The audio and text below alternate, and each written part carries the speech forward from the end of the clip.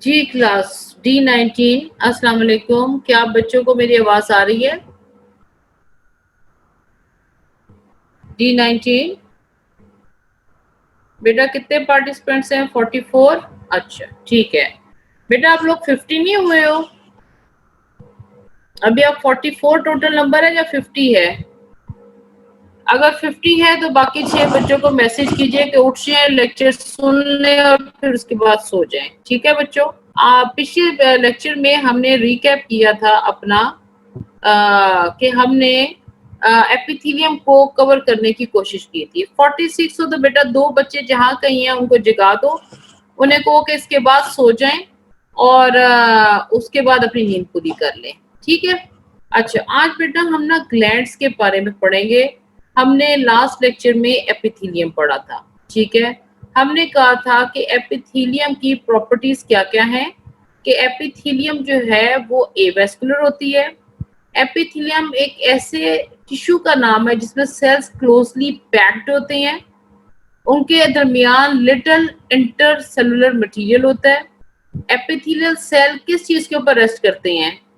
लिख के बताओ, जल्दी से लिखो। एपिथेलियल सेल किस चीज पर रेस्ट करते हैं? किस चीज के साथ अटैच हुए होते हैं? Basement membrane. Very good, very good.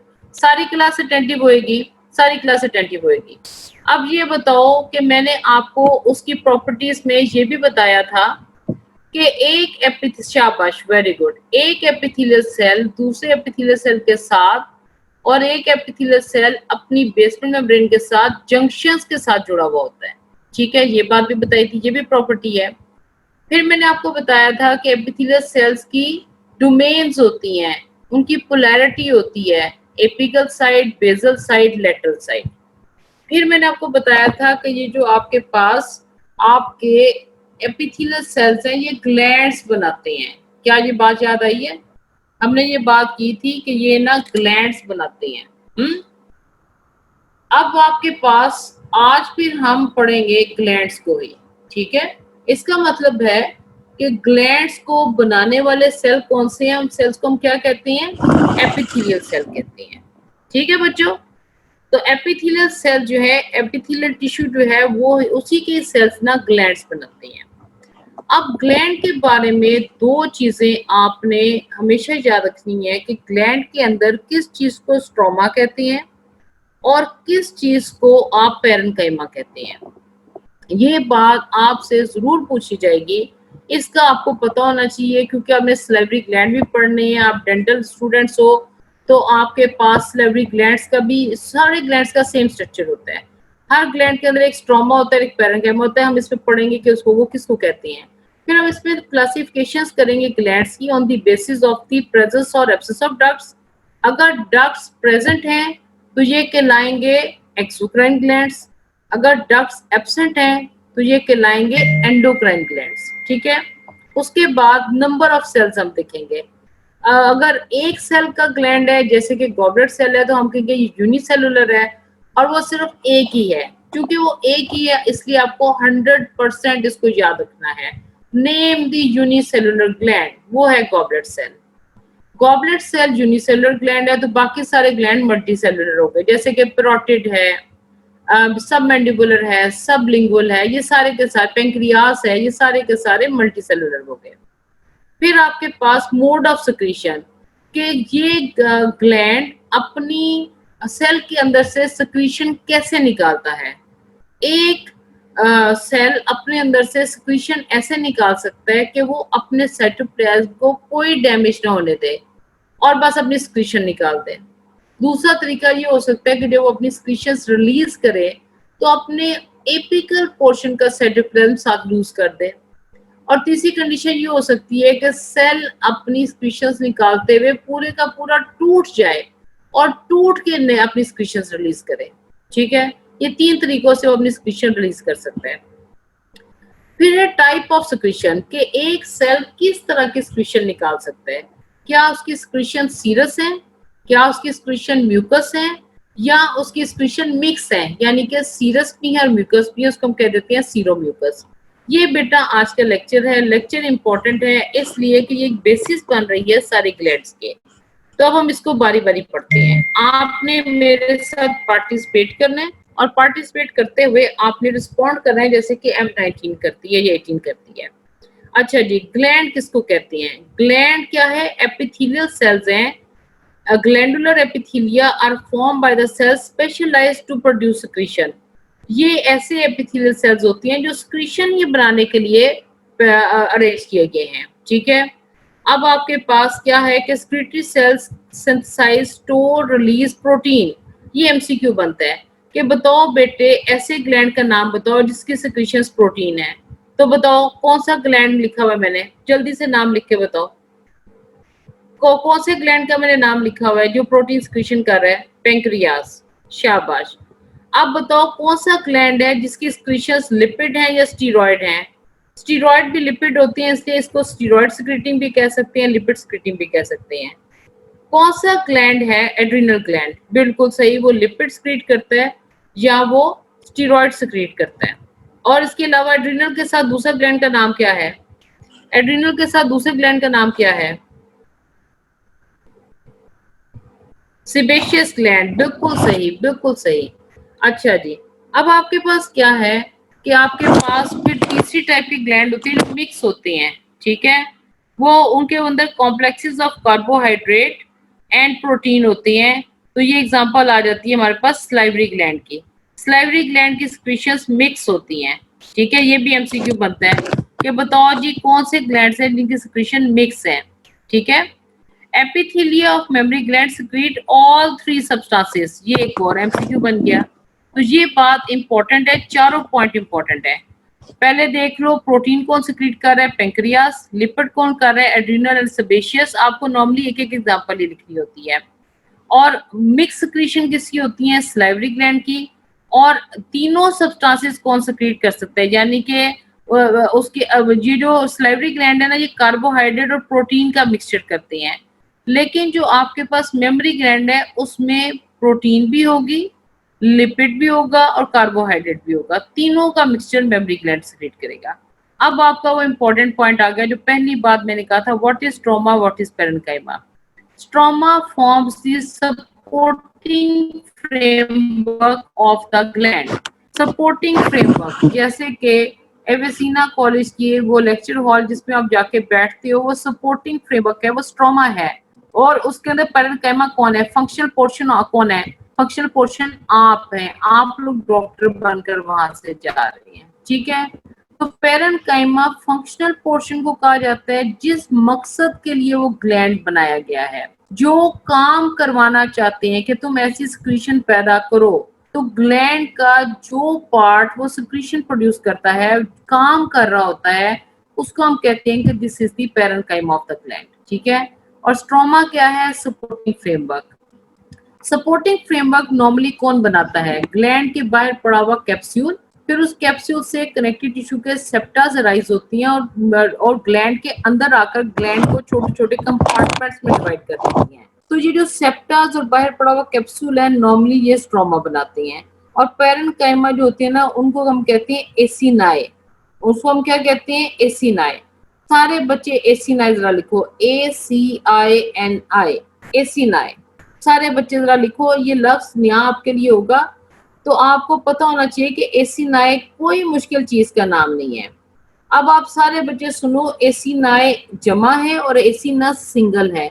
Acinus और एसिनाए का मसला हल कर लो तो आपके सारे ग्लैंड पड़े जाते हैं। एसिनस क्या है? जब एपिथेलियल सेल बेसमेंट मेम्ब्रेन पे इस तरह से अरेंज हो कि वो सर्कुलर फैशन में अरेंज हो जाए। ठीक है, तो हम कहेंगे ये एक एसिनस है। और एसिनस की जमा क्या होगी? एसिनाए। और ये इन एपिथेलियल सेल के जो एक सर्कल की फॉर्म में अरेंज हुए, मैं आपको पिक्चर दिखाती हूँ। ये देखो, ये सेल आपके अरेंज हुए हुए हैं बेसमेंट मेम्ब्रेन पे सर्कल की फॉर्म में। ठीक है, ये एक एसिनस है। बस अक्सर बच्चों को पूरी वो एमबीबीएस कर लेते हैं, एसिनस का नहीं पता होता।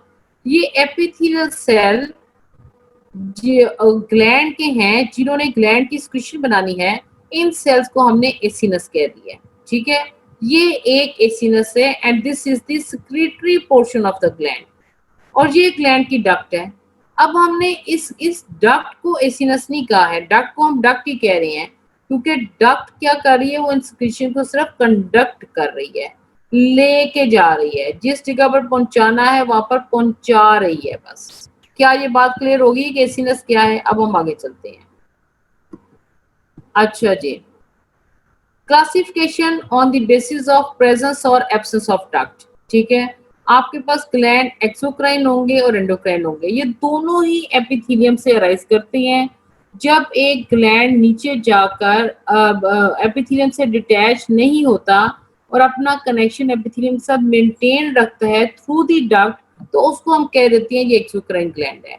वो ग्लैंड जो एपिथेलियम से अराइज हो और अपना कनेक्शन तोड़ ले एपिथेलियम के साथ और इंडिपेंडेंट जाके अंदर बैठ जाए, तो उसको हम कहेंगे ये एंडोक्राइन ग्लैंड है, इसकी डक्ट्स नहीं है। चलो आप बताओ, अगर एंडोक्राइन ग्लैंड की डक्ट्स नहीं है तो अपनी सिक्रीशन रिलीज करने के लिए क्या मोड यूज करता है? जल्दी से बताओ सारे बच्चे। ब्लड, वेरी गुड, शाबाश, गुड क्लास। अच्छा जी, अब है classification on the number of cells. ठीक है, नंबर ऑफ सेल्स में आपको मैंने बता दिया, ये बहुत दफा एमसीक्यू आता है। नेम द यूनिसेलुलर ग्लैंड, तो आपका नाम, आपका जवाब आएगा गॉबलेट सेल। मल्टी सेलुलर में आप किसी भी ग्लैंड का नाम लिखते ना, बाकी आपकी बॉडी के सारे ग्लैंड मल्टी सेलुलर हैं। ठीक है, उसके बाद classification on the basis of nature of secretory product. अच्छा, अब आपने ये क्लासिफिकेशन को आप हमेशा किसके साथ मिक्स करते हो? इसके साथ। मोड का मतलब होता है किस तरीके से सिक्रीशन बाहर निकलेगी। मोड का क्या मतलब है? किस तरीके से सिक्रीशन बाहर निकलेगी। और नेचर क्या है कि किस टाइप की सिक्रीशन वो बना रहा है। ये दोनों का फर्क जरा देखो। जब भी आपको नेचर लिखा जाए या मोड लिख देते हो, मोड कहा जाए तो आप नेचर लिख देते हो। नेचर ऑफ सिक्रीशन का मतलब है कि किस तरह की सिक्रीशन वो पैदा करेगा, क्या वो म्यूकस है, क्या वो सीरस है, क्या वो मिक्स है। ठीक है, और मोड वो तरीका है जिस तरीके से वो अपनी सिक्रीशन रिलीज करेगा। तो आपके पास म्यूकस ग्लैंड कौन से होती हैं? Pyloric part of the stomach के ग्लैंड जो होती है वो म्यूकस ग्लैंड होती हैं।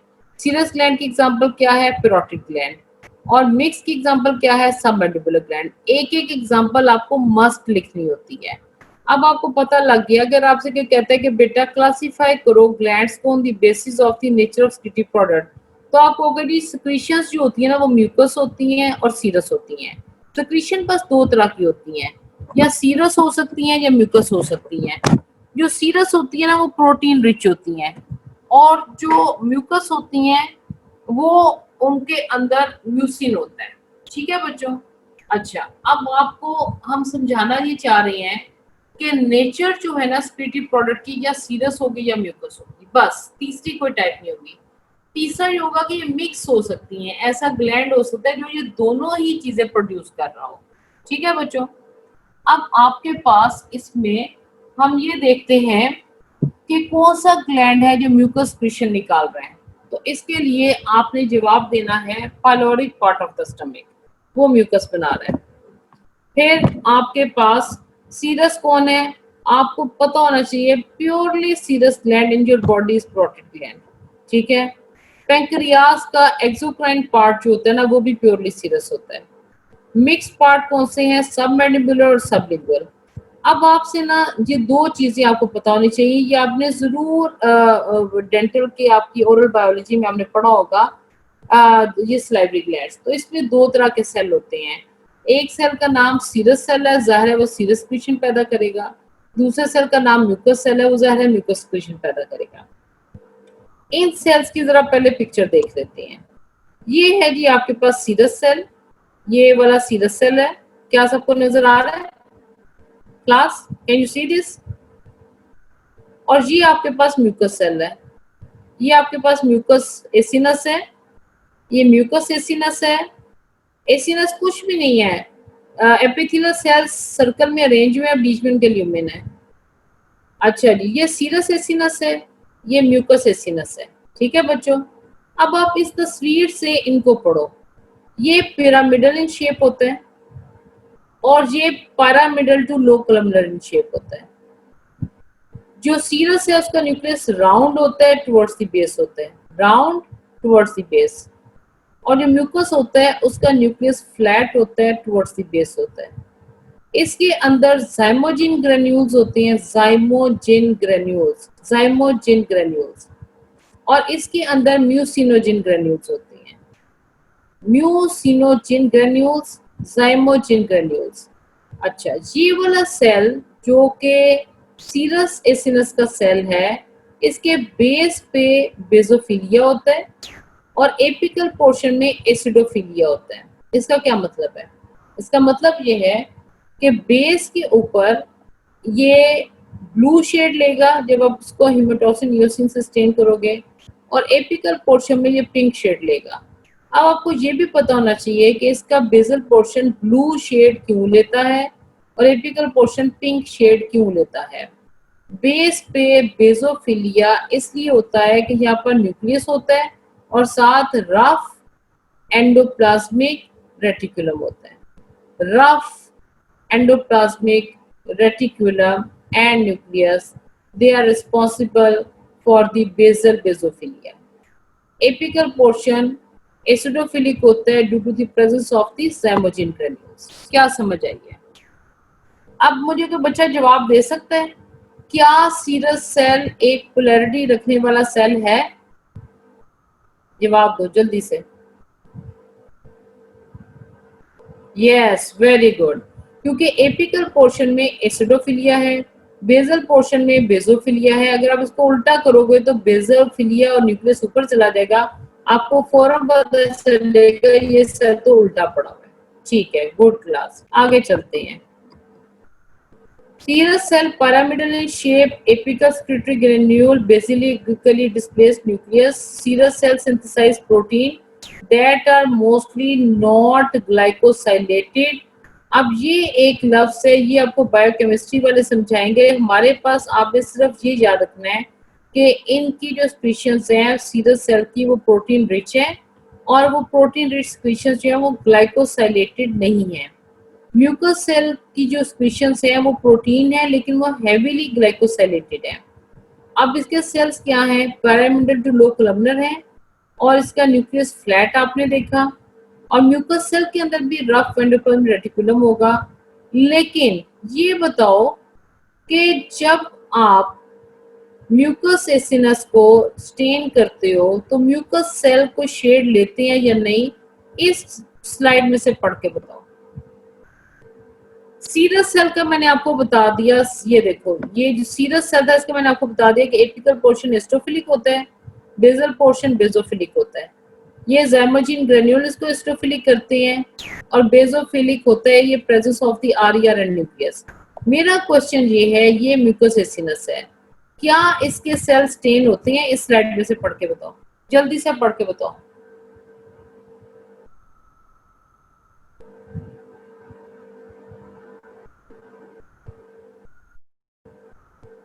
Yes, stain poorly with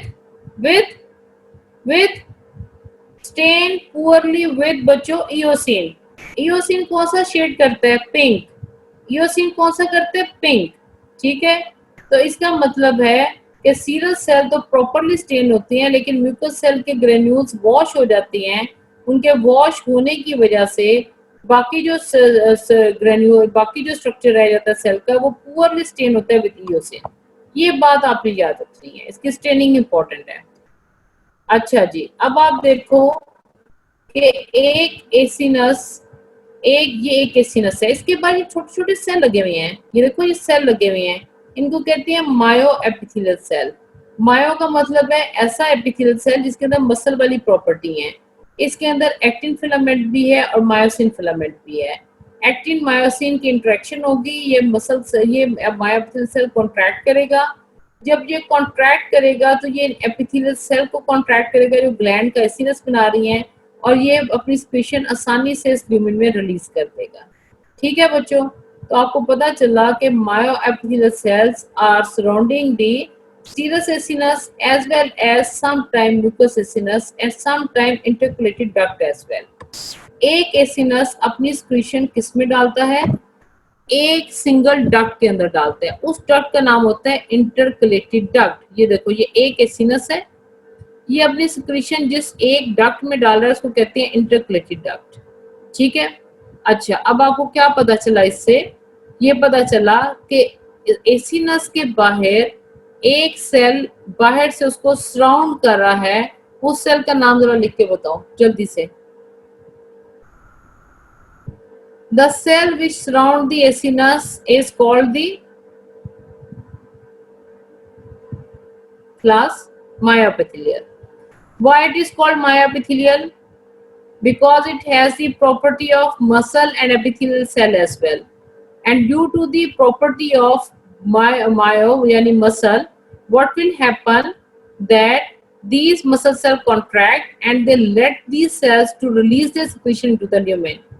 class आपके 4 बच्चे गायब हो चुके हैं, उनको बुलाएं, क्लास पूरी होनी चाहिए।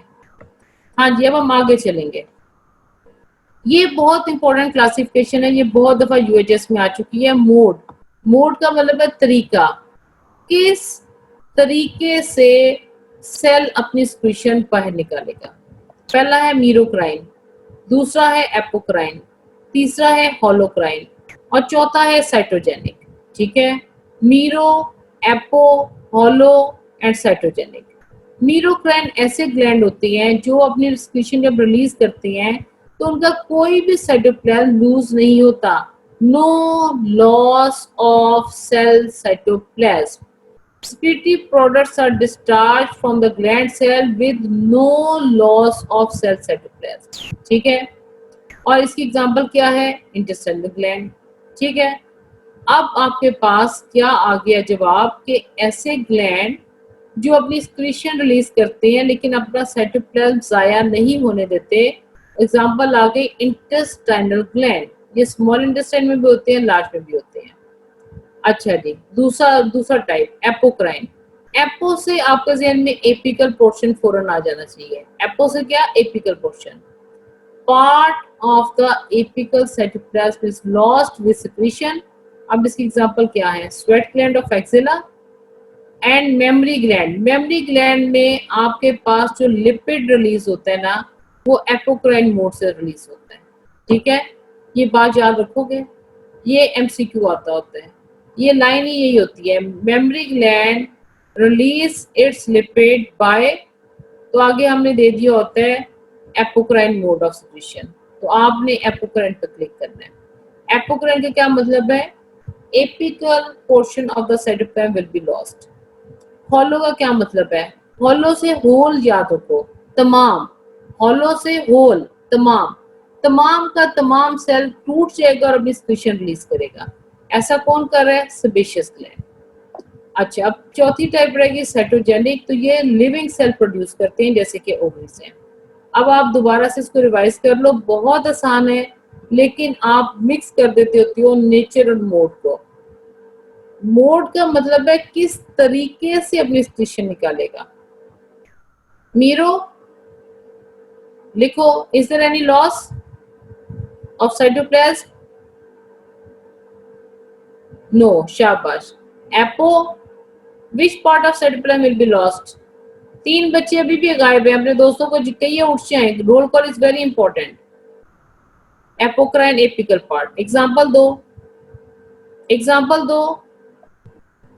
मेमरी ग्लैंड का कौन सा पोर्शन स्क्रीट होता है by apocrine mode of secretion, lipid. आपने पढ़ा था ना कि मेमरी ग्लैंड के अंदर प्रोटीन भी होता है, कार्बोहाइड्रेट भी होता है, लिपिड भी होता है, तो लिपिड रिलीज होगा बाय एपोक्राइन। होलोक्राइन का क्या मतलब है, होलोक्राइन का क्या मतलब है, होल, तमाम, तमाम का तमाम साइटोप्लाज्म लूज हो जाएगा। Example sebaceous gland. और चौथी टाइप है साइटोजेनिक ग्लैंड, ये लिविंग सेल प्रोड्यूस करते हैं। इसकी एग्जांपल है ओवरीज, एक एग्जांपल मैंने बताई है, दूसरी आप बताइए। साइटोजेनिक ग्लैंड जो लिविंग सेल प्रोड्यूस करते हैं, एक ओवरीज होगी, दूसरी एग्जांपल क्या होगी, क्लास, क्या आप सो गए हैं। एक ओवरीज है, दूसरी एग्जांपल टेस्टिस होगी। चलो जी आगे चलते हैं। ये देखिए, ये तस्वीर देखिए, पहली तस्वीर में मीरोक्राइन हो रहा है सिक्रीशन, कोई साइटोप्लाज्म लूज नहीं हो रहा। क्लास देखिए, कोई साइटोप्लाज्म लूज नहीं हो रहा। फिर एपोक्राइन देखिए, इसके अंदर एपिकल पोर्शन सेल का लूज हो रहा है, एपिकल पोर्शन। और होलोक्राइन देखिए, पूरे का पूरा सेल टूट फूट के अपनी सिक्रीशन रिलीज कर रहा है। ठीक है, तो सेबेशियस ग्लैंड स्किन में होता है तो उसको स्किन से निकाल के दिखा दिया है। ये मीरोक्राइन mode of secretion salivary gland में भी होता है, ये सलाइवरी ग्लैंड से निकाल के पोर्शन आपको दिखा दिया। इन तस्वीरों से एग्जांपल याद रखना। सलाइवरी ग्लैंड ये प्रोटिड है, ये सब मैंडिबुलर है, ये सब लिंगुअल है। तीनों सिक्रीशन करती है मीरोक्राइन मोड ऑफ सिक्रीशन से, कोई सेरिब्रम लूज नहीं होता। स्किन में सेबेशियस ग्लैंड है तो इसको यहाँ पे निकाला है, और ये मेमोरी ग्लैंड का लिपिड रिलीज हो रहा है by the apocrine mode of secretion. अब याद रखना इनको। आगे चलते हैं। Classification on the basis of the presence of the ducts. अगर डक्ट हैं तो इन ग्लैंड को हम क्या कहेंगे? क्लास जल्दी से बता दो। ग्लैंड्स की डक्ट्स हैं, क्या कहोगे? अगर ग्लैंड्स की डक्ट्स हो क्या? एक्सोक्राइन, बिल्कुल सही। तो ये क्लासिफिकेशन हम किन ग्लैंड्स की कर रहे हैं? एक्सोक्राइन की, एक्सोक्राइन की। अब हम एक्सोक्राइन ग्लैंड की पहले हमने क्लासिफिकेशन की है according to the type of secretion, फिर हमने की है according to the mode of secretion.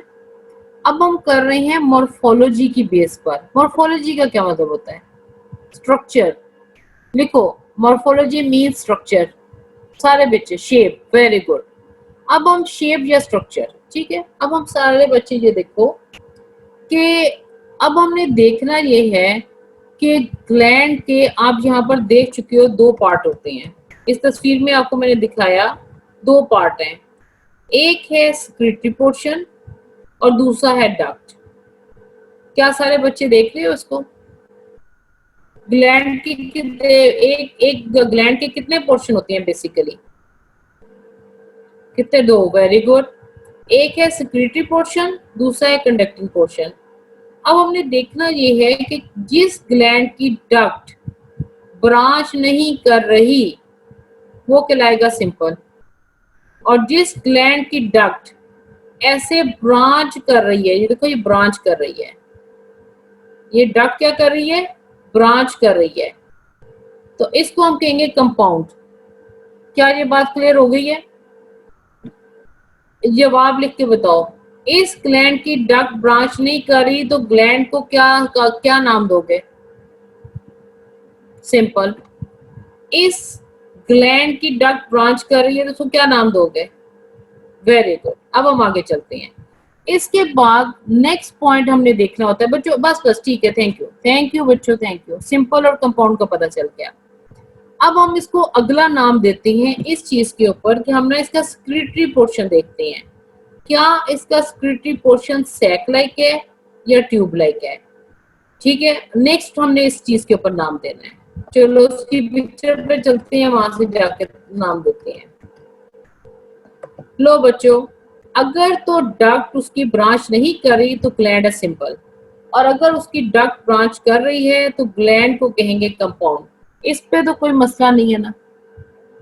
Do you have any problem with this? Participants are 42। 4 बच्चे अभी भी गायब है, उन्हें ढूंढो, वो कौन से हैं? अच्छा जी, आगे चलते हैं। आपको मैं इस तरह से भी क्लासिफिकेशन दिखा दूंगी और आपको मैं इस तरह से भी दिखा दूंगी। पहले ये वाली करते हैं। ये देखो, इनमें से कोई, ये पीले रंग का जो पोर्शन है ये डक्ट है, ये डक्ट है, पीले रंग का पोर्शन।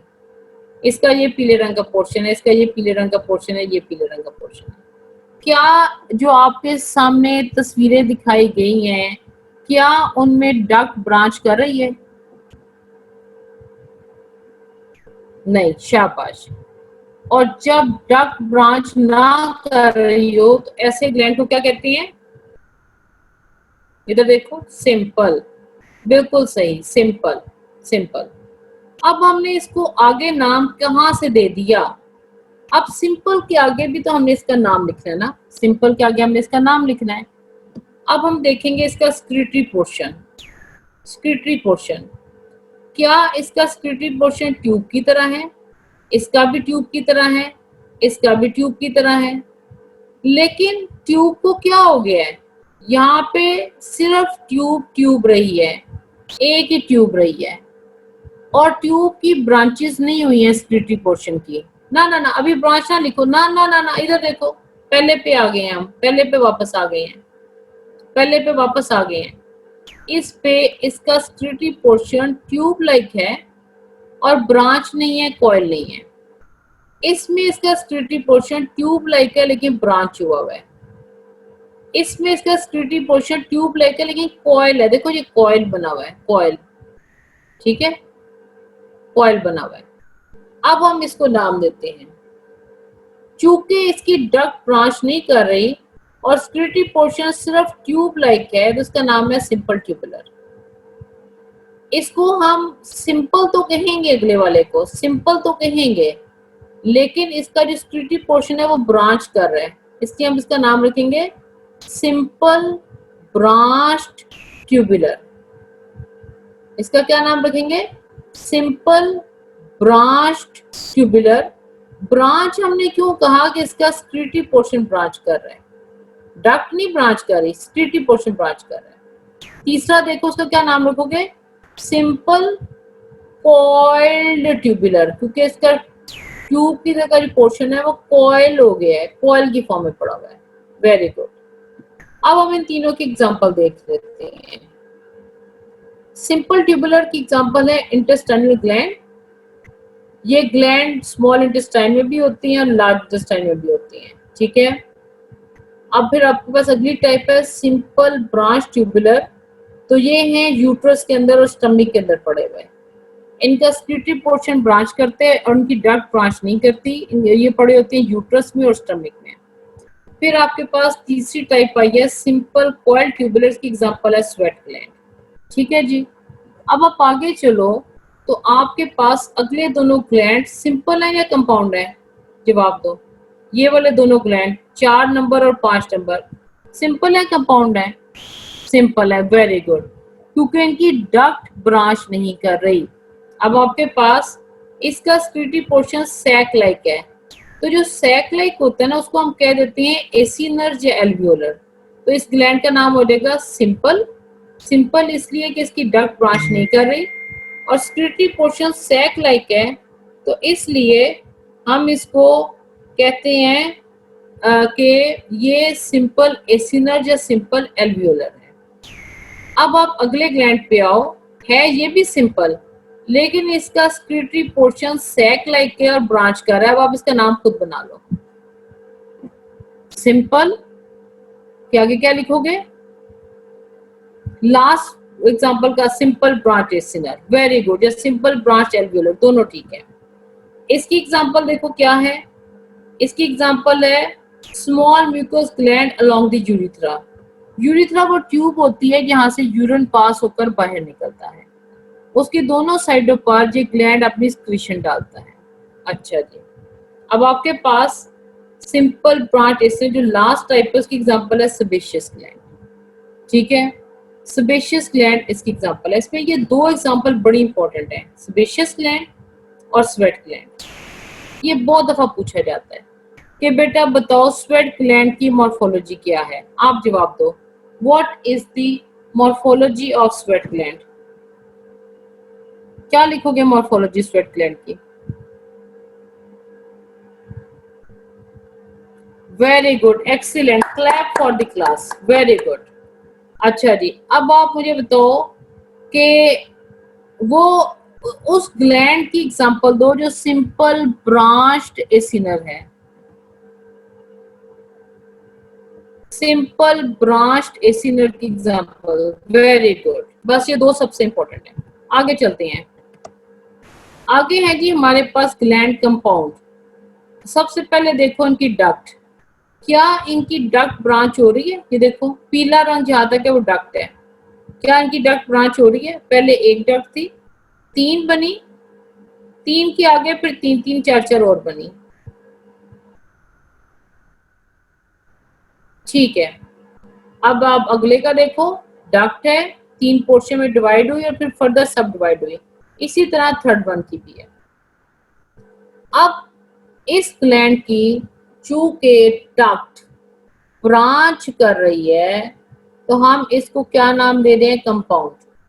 कंपाउंड के आगे हमने इसको क्या कहना है वो डिपेंड करेगा कि इसका स्क्रीटरी पोर्शन किस शक्ल का है। अब इसका स्क्रीटरी पोर्शन पहले का देखो तो ट्यूब लाइक है, इसका नाम हो जाएगा कंपाउंड ट्यूबुलर ग्लैंड। क्या नाम हो जाएगा? Compound tubular gland. एग्जांपल देखो कहाँ पे मिलेगा, ये है ड्यूडिनम के अंदर। इसके अलावा किडनी भी जो होती है ना, वो भी कंपाउंड ट्यूबुलर ग्लैंड होता है। किडनी भी नोट कर लो साथ। ड्यूडिनम के ग्लैंड भी कंपाउंड ट्यूबुलर ग्लैंड होते हैं और किडनी के भी कंपाउंड ट्यूबुलर ग्लैंड है। अगला ग्लैंड देखो, why it is compound? Because duct is branching and as its secretory portion is sac-like, its name will be compound acinal या compound alveolar gland। ठीक है, और इसकी एग्जांपल क्या है? Exocrine part of pancreas. बेटा आपके 4 स्टूडेंट आपकी क्लास के गायब हैं, उन्हें ढूंढो, उन्हें को उठें और क्लास में पार्टिसिपेट करें। There should be complete participation of the class. अच्छा जी, तीसरी टाइप है जिसका थोड़ा सा स्क्रिप्टिव पोर्शन देखो ट्यूब लाइक है। 5 गायब हैं, ये 5 चूहे घर से निकले करने चले शिकार, पता करो कौन से हैं ये। ठीक है, अच्छा जी, अब आपके पास ये ट्यूब लाइक है और ये पोर्शन सैक लाइक है। ठीक है, अब इसका नाम, चूंकि डक्ट इसकी ब्रांच कर रही है तो नाम क्या होगा? कंपाउंड। ठीक है, और चूंकि इसका स्क्रिप्टिव पोर्शन थोड़ा सा ट्यूब लाइक है, थोड़ा सा सैक लाइक है, तो नाम हो जाएगा कंपाउंड ट्यूबुलो एसिनल ग्लैंड। इसकी एग्जांपल क्या है? Salivary gland. ठीक है जी, इसकी एग्जांपल क्या है? Salivary gland. तो compound tubulo acinar gland, salivary gland. और सलाइवरी ग्लैंड के क्या नाम होते हैं? Parotid, submandibular, sublingual. ठीक है बेटा, अब आपको ये समझ आ गई है कि ग्लैंड की मॉर्फोलॉजिकल क्लासिफिकेशन क्या होती है। अच्छा जी, आपको ये लिखने के लिए कैसे आता है? लिखने के लिए ये क्वेश्चन आपको ऐसे आएगा, ये बड़ा इंपॉर्टेंट है। आजकल ये नया तरीका है, पुराने जमाने का तरीका ये था। ये पुराने जमाने का तरीका था कि जी एक ग्लैंड है, वो सिंपल हो सकता है, कंपाउंड हो सकता है, डक्ट ब्रांच नहीं है, डक्ट ब्रांच है। आगे से ये सिंपल ट्यूबुलर हो सकता है, एल्वुलर हो सकता है, सिंपल ट्यूबुलर एल्वुलर हो सकता है, और ये कंपाउंड है तो कंपाउंड के ये 3 हो सकते हैं। लेकिन आजकल ये मॉडर्न नहीं है, मॉडर्न ये आ रहा है, तो ये डिजाइनर स्टाइल है।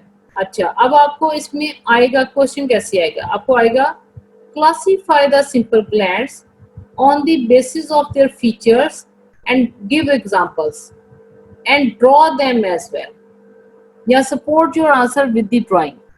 ये क्वेश्चन सुनो सारे बच्चे, ये इंपॉर्टेंट है और ये दिया जाता है, मैं भी देती हूँ। Classify the simple glands on the basis of their features, give examples and support your answer with the drawing. उसके अंदर फीचर्स क्या हैं? फीचर्स आपके सामने, आपने कर लिए हैं। आपका स्क्रिटी पोर्शन इलोंगेटेड है और डक्ट नॉन ब्रांचिंग है। स्क्रिटी पोर्शन ट्यूब लाइक है लेकिन वो ब्रांच कर रहा है, और डक्ट जो है सिंगल है। इसका स्क्रिटी पोर्शन ट्यूब लाइक और कॉइलिंग बना रहा है, कॉइल कर रहा है। ठीक है, यही फीचर जो भी आपने कर लिए हैं यही आपने लिखने हैं। क्या क्लास को समझ आई है इस क्वेश्चन की?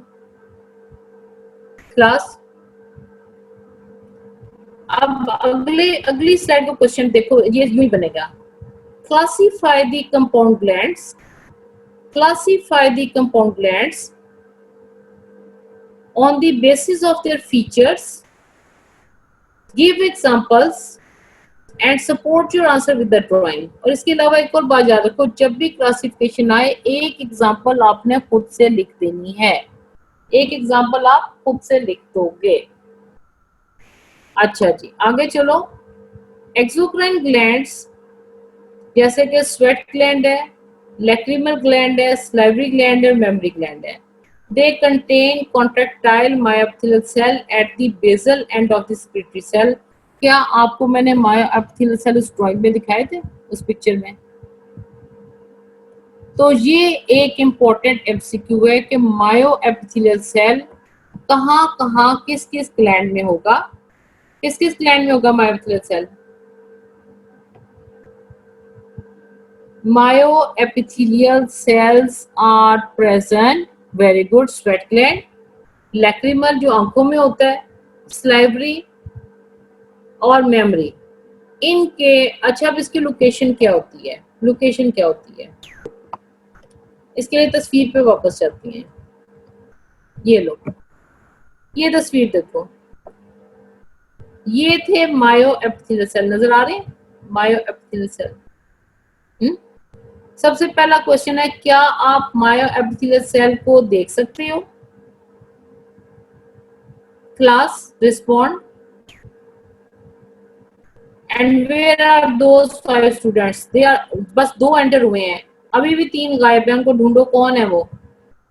अच्छा जी, आपके पास कुल कितने मायो एपिथेलियल सेल आपको नजर आ रहे हैं? कितने मायो एपिथेलियल सेल है? 4। अच्छा, अब आपके पास ये मायो एपिथेलियल सेल कहाँ पे पड़े होते हैं? They are present between the basal cell membrane of the cell and their basement membrane. कहाँ पे पड़े होंगे? किन दो चीजों के दरमियान है? ये सेल है ना, ये सेल की एपिकल साइड है, ये बेसल साइड है। ये बेसल साइड का प्लाज्मा लेमा है और ये इसकी बेसमेंट मेम्ब्रेन है। तो सेल किन दो चीजों के दरमियान में पड़ा हुआ है? Between the basal plasmalemma of the cell and its basement membrane. चलो लिख के बताओ, what is the location of myoepithelial cell?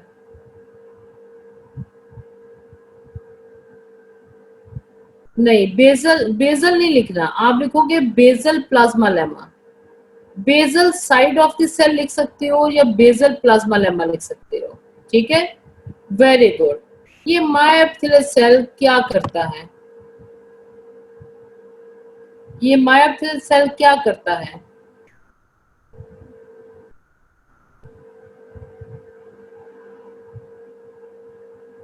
मायोएपिथेलियल cell बेटा कॉन्ट्रैक्ट करता है and it help the acinar cell to release their secretion into the lumen.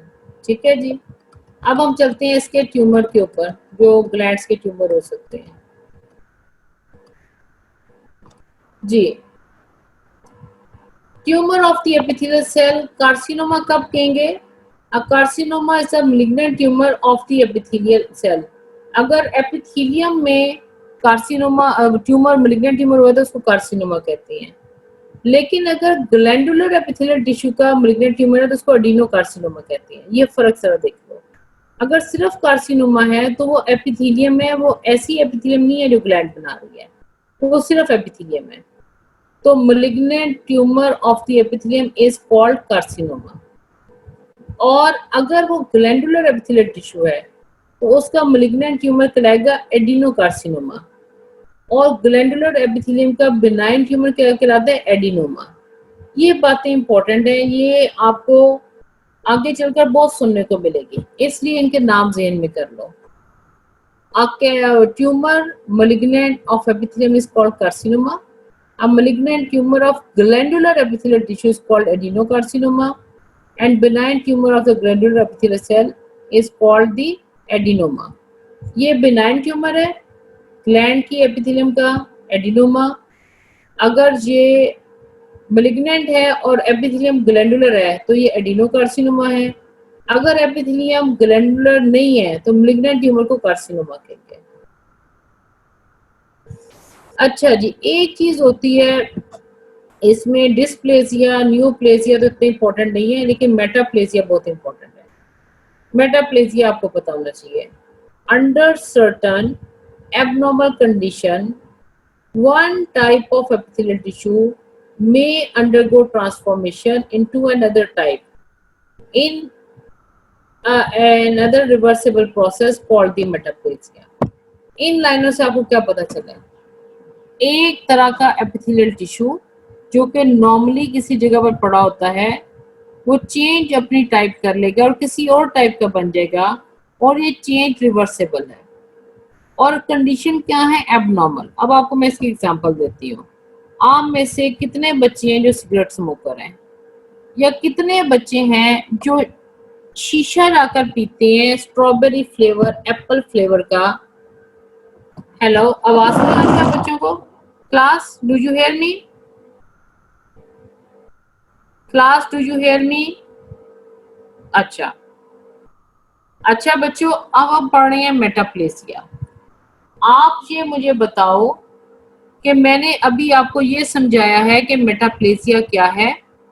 आपकी body की हर जगह की एपिथेलियम अल्लाह मियां ने उस जगह की जरूरत के हिसाब की बना के फिक्स कर दी है। अब अगर एक हिस्से के ऊपर कुछ ऐसी एबनॉर्मल कंडीशन आई है कि वो तंग आकर अपनी एपिथेलियम की टाइप चेंज कर लेता है, इस कंडीशन को कहते हैं मेटाप्लेसिया और ये रिवर्सेबल है। आप वो एबनॉर्मल कंडीशन हटाएं, एपिथेलियम वापस रिवर्स हो जाएगी। ठीक है। अब आपके पास क्या सिचुएशन है, इसकी एग्जांपल मैं आपको देने लगी थी। आप में से कितने बच्चे हैं जो स्मोकिंग करते हैं या शुगर में जाके शीशा पीते हैं, स्ट्रॉबेरी फ्लेवर, एप्पल फ्लेवर, और वो ये समझते हैं कि वो स्मोक नहीं कर रहे। ठीक है। अब जो आपका रेस्पिरेटरी सिस्टम है उसकी नॉर्मल एपिथेलियम है स्यूडो स्ट्रेटिफाइड सिलेटेड कलमनर। अब ये एपिथेलियम अल्लाह मैंने रेस्पिरेटरी सिस्टम में काम करने के लिए बनाई है। अब एक बंदा जनाब निकोटीन लिए जा रहा है, सिगरेट पिए जा रहा है, अपना स्ट्रेस रिलीज कर रहा है। जी मेरा तो स्ट्रेस सिगरेट पीने से रिलीज होता है। असल में वो स्ट्रेस नहीं रिलीज कर रहा होता, वो अपने रेस्पिरेटरी सिस्टम की एपिथेलियम को चेंज कर रहा होता है into the non functioning stratified squamous non keratinous epithelium. अब आप इमेजिन करो कि आपकी एपिथेलियम सिलिएटेड से नॉन सिलिएटेड बन गई है, तो सीलिया का काम गया। आपकी स्यूडोस्टेटिफाइड एपिथेलियम में गॉबलेट सेल पड़े होती हैं जो फंक्शन करती हैं म्यूकस सिक्रीट करके, फॉरेन पार्टिकल्स को ट्रैप करके रिमूव करवाती हैं, वो फंक्शन गया। ठीक है। तो आपके पास ऐसी एपिथेलियम से वो रिप्लेस हो गई जो कि नॉन फंक्शनल है। अच्छा, कुछ इनहेल करते हैं और कुछ नहीं इनहेल करते। अच्छा जी। अब आपको समझाया ये जा रहा है कि रेस्पिरेटरी सिस्टम की epithelium pseudo stratified ciliated columnar है। जो स्मोकर हैं उनकी epithelium ciliated columnar pseudo stratified से चेंज होकर स्ट्रेटिफाइड स्क्वेमस नॉन केराटिनस बन जाएगी। उसके ऊपर सीलिया नहीं होंगे। ऐसे लोग क्या करेंगे, इनकी स्क्रीशंस इनके लंग्स में जमा होनी शुरू हो जाएंगी। लंग्स में स्क्रीशंस जमा होने की वजह से उनको रिपीटेडली चेस्ट इन्फेक्शन होती रहेंगी। और ऐसे लोग हर वक्त स्पूटम फेंकते रहते हैं, उनके अंदर की स्क्रीशंस खत्म ही नहीं हो पाती, क्योंकि जो नॉर्मल एपिथेलियम है उसके अंदर टेंडेंसी होती है कि सीलिया बीट करके स्क्रीशंस को आपके लंग्स से हर वक्त बाहर निकालते रहते हैं। ठीक है बच्चों, this condition is called the metaplasia. अच्छा, मैं ना अब आपको पिछले लेक्चर के अंदर से ना एक चीज पढ़ाना चाह रही हूँ। पिछले लेक्चर को हमने बहुत क्विकली खत्म किया था, आप लोगों ने गायब नहीं होना। मैं सिर्फ ये वाला लेक्चर बंद कर रही हूँ, मिनिमाइज कर रही हूँ। आप लोगों ने गायब नहीं होना, मैं सिर्फ दूसरा एक लेक्चर खोलूँ पिछली दफा का। उस लेक्चर में से हमने आपको जब एपिथेलियम पढ़ाई थी ना बेटा, तो एपिथेलियम का लास्ट पोर्शन हमें बहुत फास्ट चलना पड़ा था, तो वो मैं आपके साथ जरा शेयर करना चाह रही हूँ।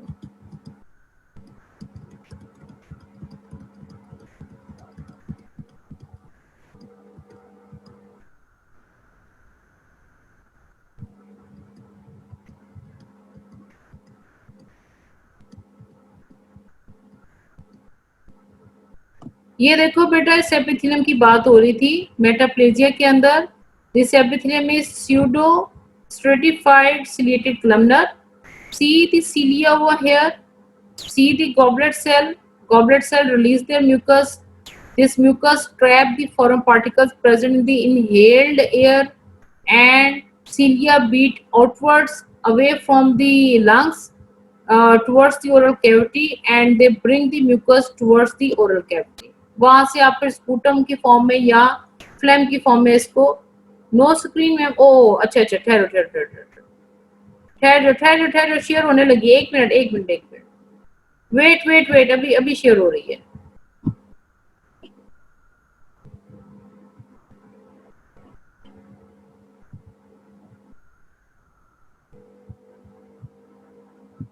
शेयर हो रही है बच्चों, एक सेकंड मेरे ज़हन से वो, अब देखो अब आ गई है ना।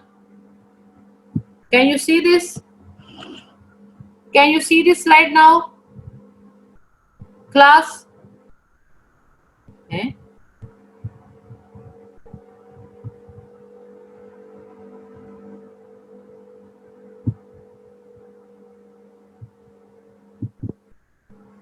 Can you see this slide now?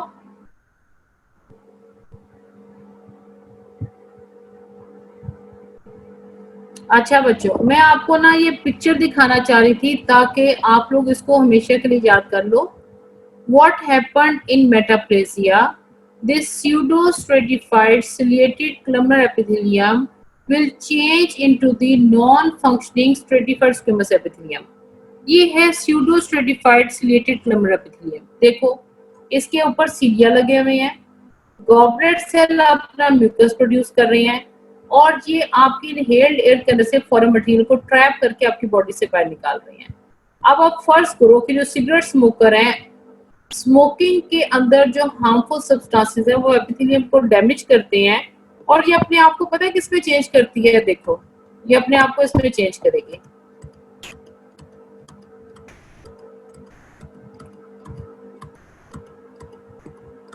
ये अपने आप को चेंज कर लेगी इस एपिथेलियम में। ये देखो, उस एपिथेलियम ने अपने आप को इस एपिथेलियम में तंग आकर चेंज कर लिया। क्या आप अपनी रेस्पिरेटरी एपिथेलियम को कॉन्स्टेंटली आप अपनी एपिथेलियम को, बेटा आपको स्लाइड नजर आ रही है ना class? Can you see this slide? अच्छा, आपको हम ये बता रहे हैं कि आपकी जो स्यूडो स्ट्रेटिफाइड एपिथेलियम है वो चेंज हो गई है stratified squamous non keratinous epithelium में। अब ना तो इसके ऊपर कोई सीलिया लगे हुए हैं, ना इस पे कोई गॉबलेट सेल है, तो ये नॉन फंक्शनिंग से चेंज हो जाएगी ना।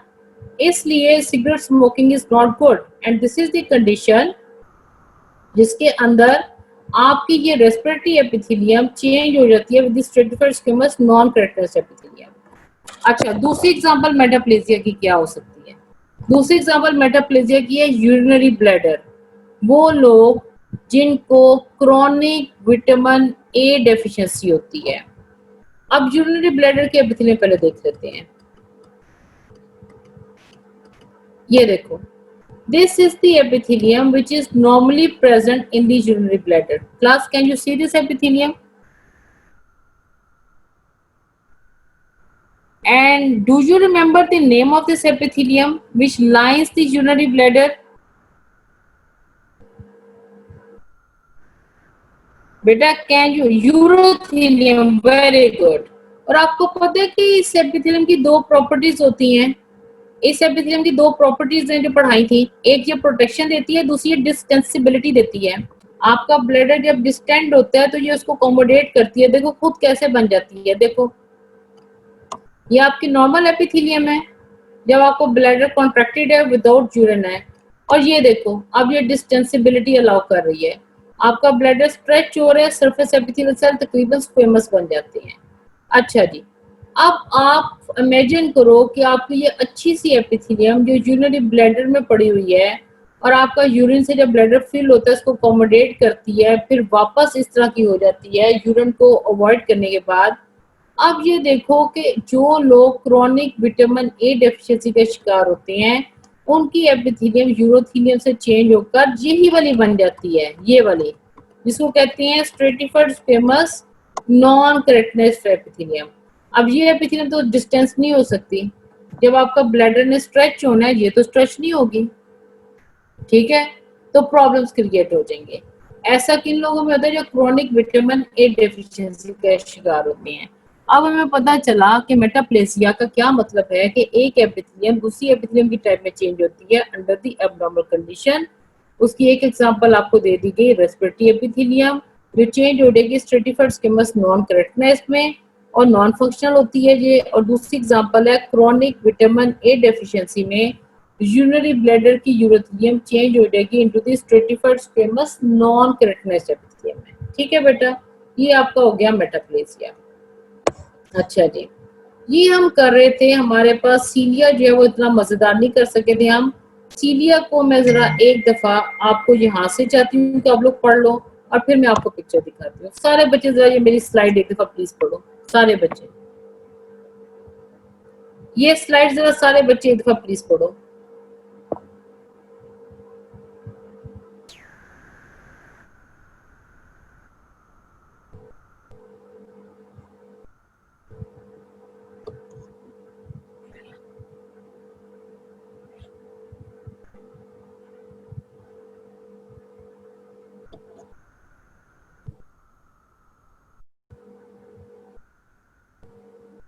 क्या आप इसको पढ़ चुके हो बच्चों?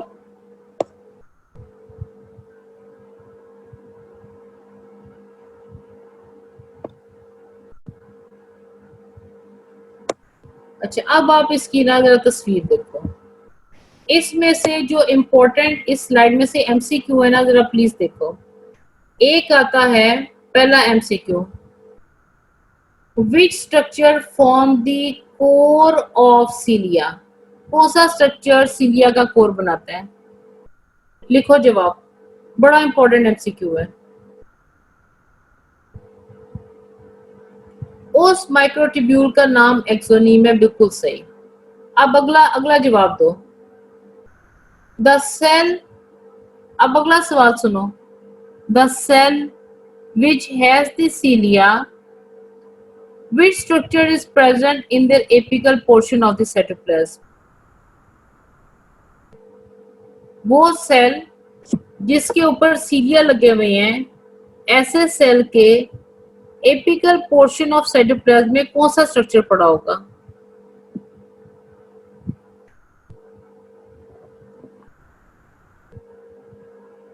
No, cilia is wrong answer. मैं आपसे कह रही हूँ बेसल बॉडी, बिल्कुल सही, शाबाश। ऐसा सेल जिसके ऊपर सीलिया लगे होते हैं, उसके एपिकल पोर्शन ऑफ साइटोप्लाज्म के अंदर बेसल बॉडी पड़ी होती है, बिल्कुल सही है। क्योंकि ये माइक्रोट्यूब्यूल जो एक्सोनीम है, ये एक्सटेंड करती है from the tip of cilia into the basal body, बिल्कुल सही। आगे चलो। एक्सोनीम का क्या पैटर्न है सीलिया के अंदर? एक्सोनीम का क्या अरेंजमेंट है सीलिया के अंदर? प्लीज ये पैटर्न लिखो सारे बच्चे, बिल्कुल सही। अच्छा जी, उसके बाद कौन बच्चा बताएगा? ये तीन इंपॉर्टेंट थे, अगली स्लाइड पे अब चलते हैं। ये डाइनिन आर्म क्या है? What is a dynein arm? What is a dynein arm बच्चों? Motor protein, very good. इसकी वजह से सीलिया मूव करती हैं, और ये मोटर प्रोटीन डाइनिन आर्म किस माइक्रोट्यूब्यूल के साथ अटैच होती है, ए के साथ या बी के साथ? नो, ए के साथ। जो बी लिख रहे हैं वो रॉन्ग है। ए माइक्रोट्यूब्यूल पर ये अटैच होती है। अब तस्वीर देखो, ये देखो, ये बी माइक्रोट्यूब्यूल है, ये ए माइक्रोट्यूब्यूल है। ए माइक्रोट्यूब्यूल के ऊपर ये डाइनिन आर्म होती है, ये मोटर प्रोटीन है। ठीक है बच्चों, अब आप सबको ये सीलिया का स्ट्रक्चर ड्रॉ करना आना चाहिए। इसमें ये 9 डबलेट्स हैं और बीच में ये एक पेयर है। इस पेयर के बाहर एक सेंट्रल मेम्ब्रेन है। ये A and B microtubule, A and B microtubule के 9 डबलेट्स हैं। और ये इसमें जो ए माइक्रोट्यूब्यूल होता है, सेंट्रल शीट के साथ एक प्रोटीन की वजह से जुड़ा होता है। शीट का नाम होता है, इस प्रोटीन का नाम होता है, इसको कहते हैं रेडियल स्पोक, इसको कहते हैं रेडियल स्पोक। और एक डबलेट दूसरे डबलेट के साथ एक प्रोटीन से जुड़ा होता है, उसका नाम होता है नेक्सिन। ये भी आपको बताना चाहिए। नेक्सिन क्या है? जो दो डबलेट्स को आपस में जोड़ती है, दो डबलेट्स को आपस में जोड़ती है। और रेडियल स्पोक क्या है? वो प्रोटीन जो इन डबलेट्स को सेंट्रल शीथ के साथ जोड़ती है। और सेंट्रल शीथ क्या है? ये सराउंड करती है दरमियान में पड़े हुए पेयर को। ठीक है बच्चों। और डाइनिन नाम किसके साथ अटैच होती है? ए माइक्रोट्यूब्यूल के साथ। तो डाइनिन नाम क्या है? मोटर प्रोटीन है। क्या आपको आज का लेक्चर समझ आया? Give me feedback quickly. क्या आपने एंजॉय किया आज का lecture? Great. Have a happy Sunday, enjoy your Sunday. चलो, very good, thank you class, thank you.